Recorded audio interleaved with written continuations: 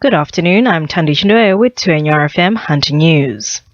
A 39-year-old man has been arrested following a drug raid at a house in New Lambton. Officers from the Specialist Operations Group searched an unoccupied home on Hobart Road on Wednesday afternoon and allegedly found hundreds of tablets of steroids, as well as amphetamines, cocaine, 2 firearms and cash.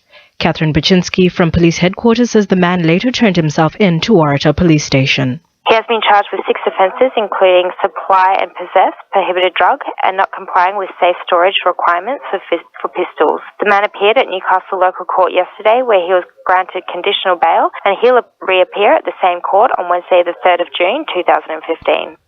The next phase of work on Newcastle's rail corridor seems to be full steam ahead, with construction set to begin in June.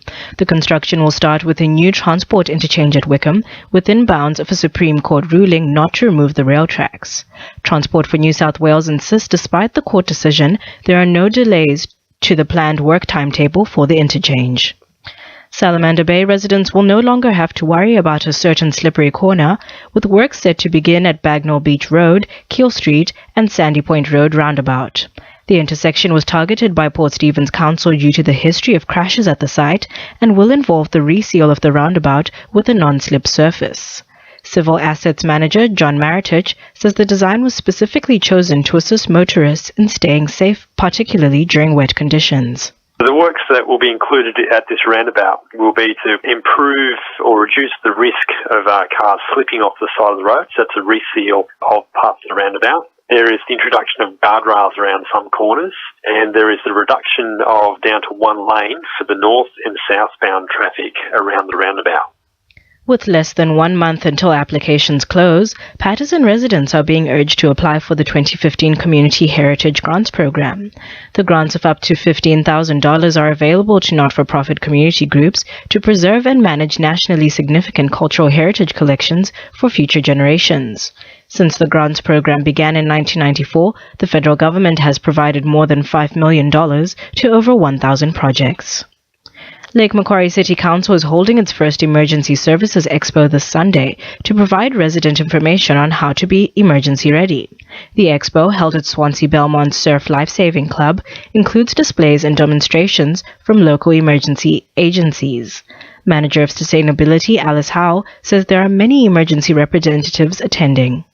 We're hoping that residents will have an opportunity to learn more about emergency preparedness and meet representatives from a range of emergency service providers. We have Fire and Rescue New South Wales, Rural Fire Service, SES, New South Wales Police, Red Cross and other agencies attending to demonstrate what they do in an emergency situation and encourage us to be prepared for those situations. Now at sport, Jorja Cowan. The Newcastle Knights are hoping to come back from last week's loss when they face the Cronulla Sharks tonight. With Beau Scott out with an ankle injury, the Red and Blue will be keeping a close eye on Ben Barber, who is returning from suspension this week. Captain Kurt Gidley says they're preparing for a tough game. Yeah, there's plenty of outside backs there we've got to watch and make sure we communicate and do all the things that we've been doing in the first month defensively and putting some pressure on those guys. The Newcastle Jets are looking to spend the entire $2.5 million salary cap for next season in an attempt to bounce back from this year's disappointing run.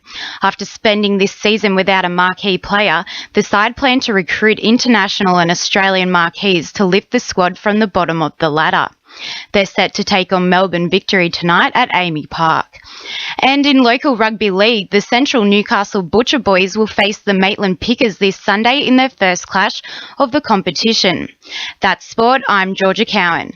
2NURFM News Time is 12:10.